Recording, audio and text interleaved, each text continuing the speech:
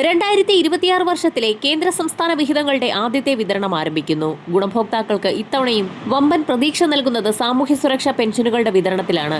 ജനുവരി 29-ന് അവതരിപ്പിക്കാൻ പോകുന്ന സംസ്ഥാന ബജറ്റിന് മുന്നോടിയായി തന്നെ ക്ഷേമ പെൻഷൻ തുകയുടെ വിതരണം പൂർത്തിയാകുന്ന തരത്തിലാണ് നടപടികൾ ആരംഭിച്ചിരിക്കുന്നത്. ഇതോടൊപ്പം തന്നെ കാലങ്ങളോളമായി മുടങ്ങിക്കിടക്കുന്ന കെട്ടിട നിർമ്മാണ മേഖലകളിൽ ഉൾപ്പെടെയുള്ളവർക്കുള്ള ആനുകൂല്യ വിതരണമാണ് സംസ്ഥാന സർക്കാരിന്റെ ഭാഗത്തു നിന്നും ആരംഭിക്കുന്നത്.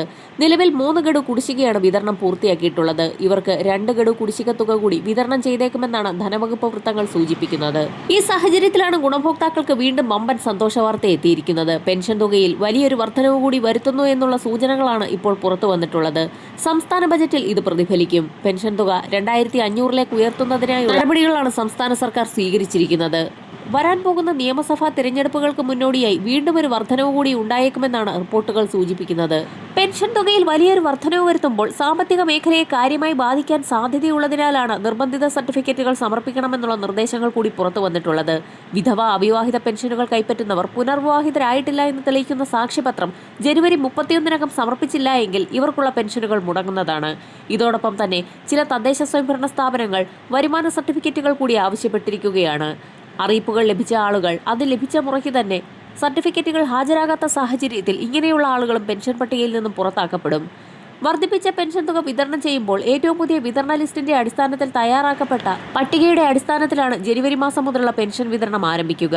ജനുവരി മാസത്തിലെ പെൻഷൻ വിതരണ നടപടികളാണ് സംസ്ഥാന സർക്കാരിന്റെ ഭാഗത്തു നിന്നും ആരംഭിച്ചിരിക്കുന്നത്. പെൻഷൻ വിതരണത്തിനായി സംസ്ഥാന സർക്കാർ വീണ്ടും വായ്പ എടുക്കും. പൊതുവിപണിയിൽ നിന്ന് കടപ്പത്രം വഴിയാണ് വായ്പ എടുക്കുക. 1500 കോടി രൂപ കടമെടുക്കാനാണ് സർക്കാർ നീക്കം. സംസ്ഥാനത്ത് ക്ഷേമ പെൻഷനുകളുടെ കുടിശ്ശിക ഉൾപ്പെടെയുള്ള വിതരണം ആരംഭിക്കുന്ന സാഹചര്യത്തിലാണ് വീണ്ടും കടമെടുപ്പ് ലേലം നടത്തുക. സഹകരണ ബാങ്കുകളുടെ കൺസോർഷ്യം അടക്കം രൂപീകരിച്ച് തുക സമാഹരിക്കൽ നടപടി സംസ്ഥാന സർക്കാരിന്റെ ഭാഗത്തു നിന്നും ആരംഭിച്ചു. ബജറ്റിന് മുന്നോടിയായി പെൻഷൻ, വിവിധ മേഖലകളിലേക്കുള്ള ആനുകൂല്യ വിതരണം, കെട്ടിട നിർമ്മാണ മേഖലകളിലേക്കുള്ള കുടിശ്ശിക തീർത്തുള്ള വിതരണം എന്നിവ പൂർത്തിയാക്കാനാണ് ധനവകുപ്പിന്റെ നീക്കം. ഡിസംബർ മാസത്തിലെ പെൻഷൻ തുക വിതരണം ചെയ്തപ്പോൾ ക്ഷേമനിധി ബോർഡുകൾ വഴി പെൻഷൻ തുക സ്വീകരിക്കുന്ന ഗുണഭോക്താക്കൾക്ക് പെൻഷൻ തുക എത്തിച്ചേർന്നിട്ടില്ല. സാങ്കേതിക തകരാറുകൾ മൂലം മുടങ്ങിയ തുക ഇന്നു മുതൽ എത്തിച്ചേരും.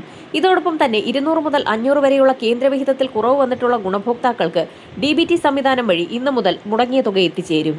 ഈ സാഹചര്യത്തിലാണ് സാമൂഹ്യ സുരക്ഷാ പെൻഷൻ ഗുണഭോക്താക്കൾക്ക് വരുമാന സർട്ടിഫിക്കറ്റ് ഹാജരാക്കുന്നതിനുള്ള സമയപരിധി ധനമന്ത്രി KN ബാലഗോപാൽ 6 മാസം കൂടി നീട്ടി നൽകിയിരിക്കുന്നത്. ഇത് സംബന്ധിച്ചുള്ള അറിയിപ്പ് ധനമന്ത്രി പുറപ്പെടുവിച്ചു. നിശ്ചിത സമയത്തിനുള്ളിൽ സർട്ടിഫിക്കറ്റ് ഹാജരാക്കാത്തവരുടെ പെൻഷൻ തടയാൻ പാടില്ല എന്ന് ബന്ധപ്പെട്ട വകുപ്പുകൾക്ക് മന്ത്രി കർശന നിർദ്ദേശം നൽകി.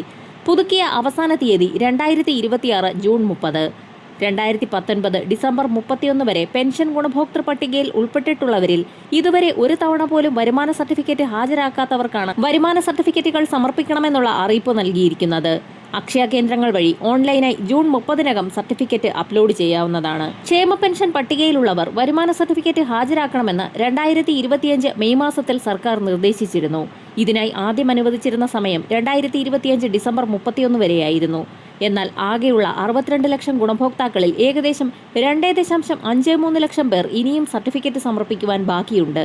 ഈ സാഹചര്യത്തിലാണ് ഗുണഭോക്താക്കളുടെ ബുദ്ധിമുട്ട് പരിഗണിച്ച് കാലാവധി നീട്ടാൻ സർക്കാർ തീരുമാനിച്ചിരിക്കുന്നത്. വരുമാന സർട്ടിഫിക്കറ്റ് കൃത്യസമയത്ത് ഹാജരാക്കാത്തവർക്ക് പെൻഷൻ തടസ്സപ്പെടാൻ സാധ്യതയുള്ളതിനാൽ അനുവദിക്കപ്പെട്ട പുതിയ സമയപരിധിക്കുള്ളിൽ തന്നെ നടപടികൾ പൂർത്തിയാക്കാൻ ശ്രദ്ധിക്കണമെന്നും ധനവകുപ്പ് മന്ത്രി വ്യക്തമാക്കി. ജനുവരി മാസത്തിലെ പെൻഷൻ വിതരണം ജനുവരി 29-ഓടുകൂടി പൂർത്തിയാക്കുന്ന രീതിയിലാണ് നടപടികൾ ക്രമീകരിച്ചിരിക്കുന്നത്. അരമണിക്കൂറുകളിലെ സർക്കാർ അറിയിപ്പുകൾക്കായി ചാനൽ സബ്സ്ക്രൈബ് ചെയ്യാൻ മറക്കാതിരിക്കുക.